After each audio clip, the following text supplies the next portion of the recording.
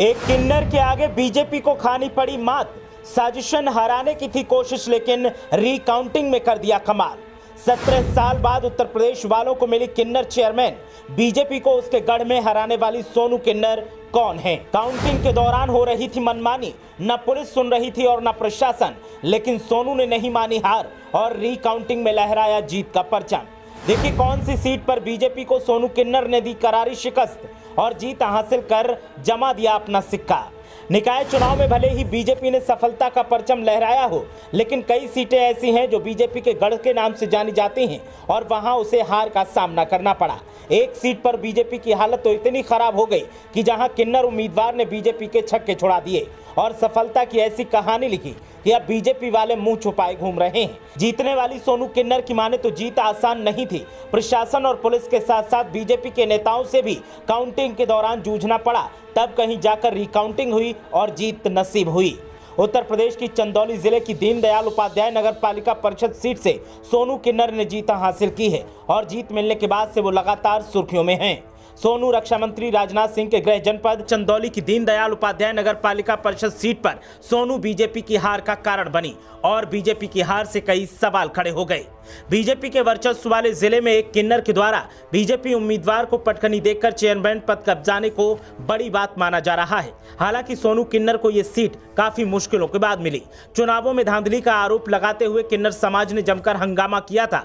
मतगणना में धांधली का आरोप लगाते हुए मतगणना केंद्र के बाहर सुरक्षा में तैनात पुलिस और निर्दलीय किन्नर प्रत्याशी के समर्थक आपस में भिड़ गए थे। रिकाउंटिंग के बाद सोनू ने बीजेपी की मालती सोनकर को 397 वोट के अंतर से पराजित किया, जबकि पहले काउंटिंग जो हुई थी उसमें सोनू किन्नर को हारा हुआ बताया गया था। यूपी के इतिहास में सोनू तीसरी किन्नर हैं जिन्होंने जीत हासिल की है, जो किसी शहरी निकाय के प्रमुख पद को संभालने जा रही हैं। लेकिन उनका यहां तक का सफर काफी दर्द भरा रहा है। सोनू किन्नर का बचपन बेहद गरीबी में गुजरा है। पिता की मौत के बाद सोनू किन्नर ने नाच गाकर परिवार का पालन किया। 10 साल की उम्र में उन्हें पता चला कि वो सामान्य लड़की नहीं बल्कि एक किन्नर हैं। घर में गरीबी थी। बचपन में ही पिता की मौत के बाद घर में कोई कमाने वाला भी नहीं था। सोनू ने पैसे कमाने के लिए नाचना गाना शुरू किया। 42 साल के सोनू 25 साल पहले घर परिवार छोड़कर किन्नरों की टोली में शामिल हुए थे। गुरु गुलाब के निधन के बाद मुगलसराय नगर के नई बस्ती इलाके में स्थित किन्नर गद्दी सोनू को मिली। सोनू किन्नर अपने अच्छे व्यवहार के चलते कस्बे में सबकी चहेती हैं। उनका स्वभाव भी उन्हें चुनाव जिताने में सफल रहा। सोनू किन्नर उत्तर प्रदेश में तीसरी किन्नर हैं जिन्होंने चेयरमैन की कुर्सी संभाली है।